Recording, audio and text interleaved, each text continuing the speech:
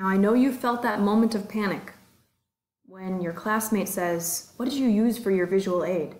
And you said, "We're supposed to have a visual aid?" And then you panic and you go to Google Images and you throw together the first thing you can find. Now, visual aids in speeches, I often see students use visual aids as an afterthought. It's something that they throw into their speech because it's part of the requirement, but often it's not used well. First, let's talk about what a visual aid is. Think about the word visual, something we can see, and an aid is something that helps. So what can you use in your speech that would help the audience to better understand your content through some type of visual, some type of image, or some type of object? Even though visual aids are often thought of as an afterthought, we should really use them in our planning process to help make our speech stronger, help to build comprehension and understanding within our audience. When we're using a visual aid in a speech, there are 3 tips I would recommend for you. First is decide what you will use. Second, when you will use it. And third, how you will use it. Our first tip, what are you going to use for your visual aid? Think about the type of visual aid that can increase comprehension among your audience members. Is it an actual 3D object? Is it a photograph? Is it a graph or a map? If you have a 3D object, that's wonderful. We need to be able to see it from far away because you should not be passing your object around. If you pass an object around, it can often be distracting to other audience members or to you as a speaker. It can also eat up time in your speech in a way that you might not realize. If you have a 2D graphic, a photograph, a graph, a map, that should be digital, and you should put it onto a Google presentation that you'll submit on Schoology. We need to be able to see the image on a large screen, so even if you have an actual hard copy photograph, make sure it's digital in some way by scanning it, taking another picture of the picture, something like that, so we can see it on the projector. Let's take a look at some example visual aids. Let's say my topic is the Statue of Liberty, the construction, the history. This is a pretty bad visual aid, all right? There are some things that are wrong with it. First of all, it's a cartoon. My topic is not cartoons. My topic is an actual location, and it's a historic location at that. There are many actual photographs that I could use of the Statue of Liberty. And secondly, it's just not that professional looking. Okay, so let's avoid anything that looks like clip art or a cartoon, unless of course your topic is cartoons. Here's a better example. Now I've got a photograph of the actual Statue of Liberty. This one I might also consider, is this helping my audience to better understand the Statue of Liberty? Well, maybe. They can see it's on Ellis Island, so it's surrounded by water. We can maybe see how big a person is compared to the statue. We can see the color of the statue. So sure, maybe we're learning something from this image. I think there are better images that we can use. Because this is such a famous landmark, many people have seen it, maybe in real life, but certainly in photographs. So what if instead I used an image that looked like this? Well, here's an image of workers constructing the Statue of Liberty, and many members of my audience will have never seen this. This will be new to them, even though they'll recognize the hand and the torch, and they can see the size difference between the workers and the actual statue itself. This image tells more of a story than this photograph.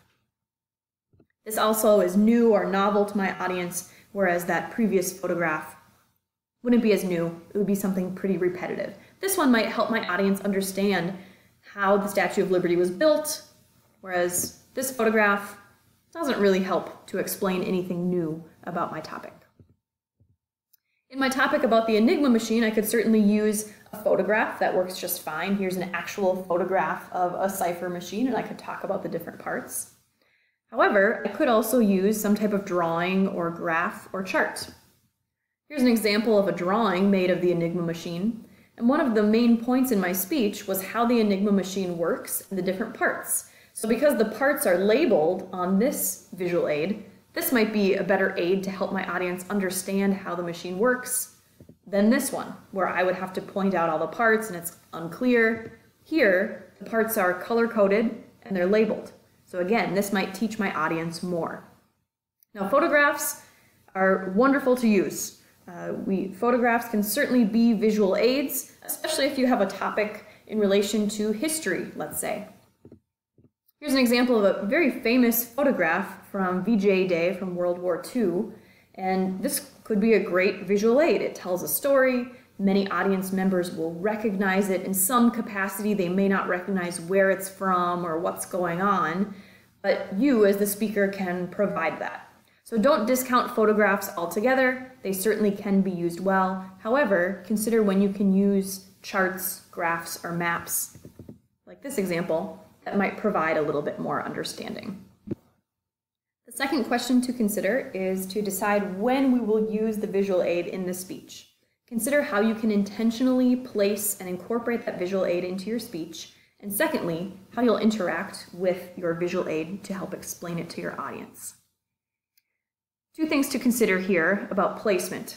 First of all, a true visual aid should assist. It shouldn't be an afterthought. So I should never hear a speech and then hear a speaker say, oh wait, I had a visual aid. Be sure that you place it somewhere meaningfully in your speech.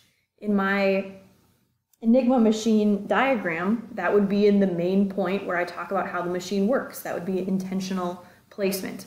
If you need to remember where you placed your visual aid, maybe take a note in your outline, jot down a little symbol on your note card so that you know this is where I'm supposed to use my visual aid. Alternatively, your visual aid should not steal the show. It should be used, but our main attention should be on you as a speaker. This is why the image should not be in the background the entire time. You should place it intentionally, as I said. If the visual aid is stealing the show, if it's more interesting than you as the speaker, then we've got a problem. Then maybe you need to step up your speaking game so that we're redirecting our attention to you.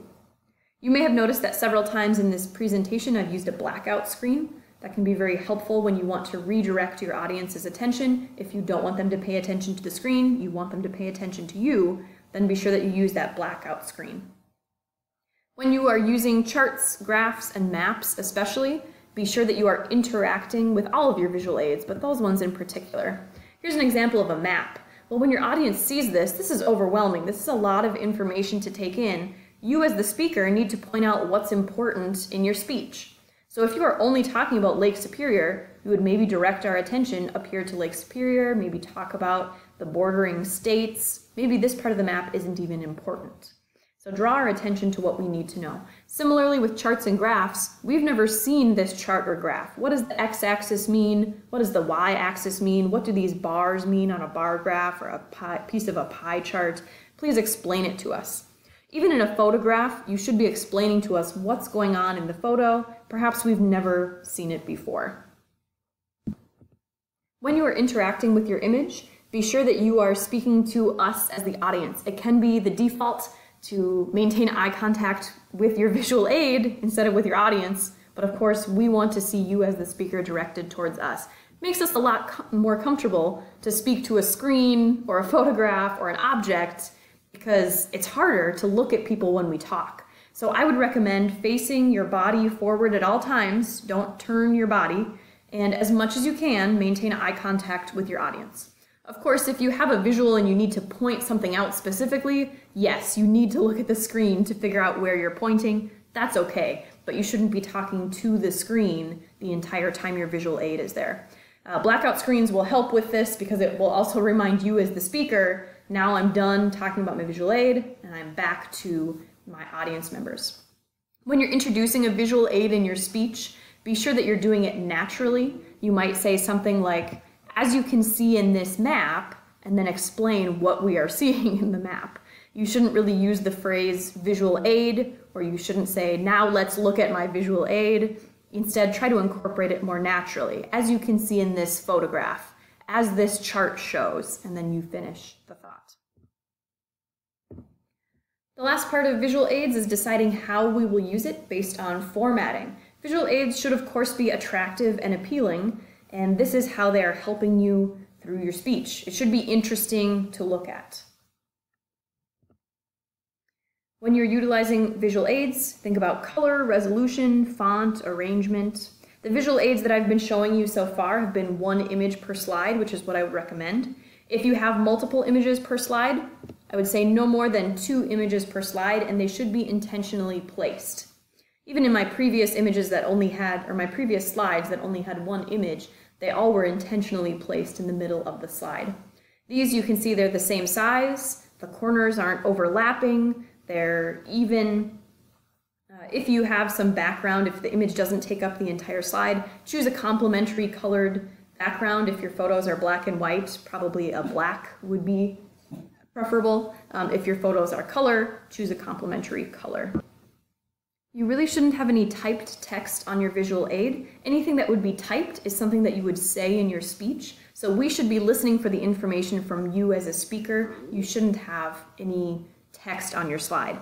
If you feel it's essential to have text, maybe the date, something like that, on your slide, that's okay. Keep it to a minimum, less than a sentence.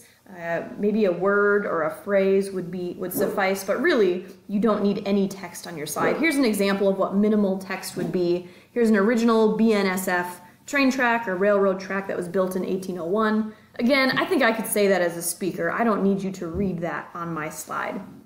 If you have text on your slide, be sure that your font is clean and professional looking. Okay? It should not be childish or playful. The bottom font on this example is called Comic Sans, and if you know anything about me, you know I have an extreme hatred for Comic Sans. It's very unprofessional and childish. This is a polished presentation. Stick to a default font or something more clean or formal or modern for a font choice. In terms of YouTube videos, no videos in the informative speech. Potentially in the future, I'll allow us to use videos in our speeches, but a couple of tips for the future. They must be embedded within your presentation. You shouldn't need to leave the presentation to see it. The video should be no longer than 30 seconds, and it has to serve a purpose. Often students want to use videos to eat up their speaking time, but that doesn't serve a purpose. Usually a still image or an object will work just as well, if not better, than a YouTube video. So again, no videos for this speech. Perhaps in the future we'll utilize some YouTube clips that might help. To revisit our 3 tips for visual aids, think about what to use. What type of visual aid will be most helpful during your speech to help your audience understand your topic even more? When will you use your visual aid? Think about when you will draw our audience's attention and how you'll interact with that visual aid. Your placement should be intentional. It shouldn't be an afterthought. And it shouldn't steal the show from you as a speaker either. Utilize blackout slides when you need to. Thirdly, figure out how you'll use your visual aid. How can you make it look appealing? If you have a picture, it should be clean and crisp. If you need to utilize multiple images on a single slide, be sure they look nice next to each other. Maybe use a complementary color in the background. Keep text to a minimum or no text at all is preferable. And that's how we'll use visual aids in our speech, by deciding what to use, when we'll use it, and how we'll use it.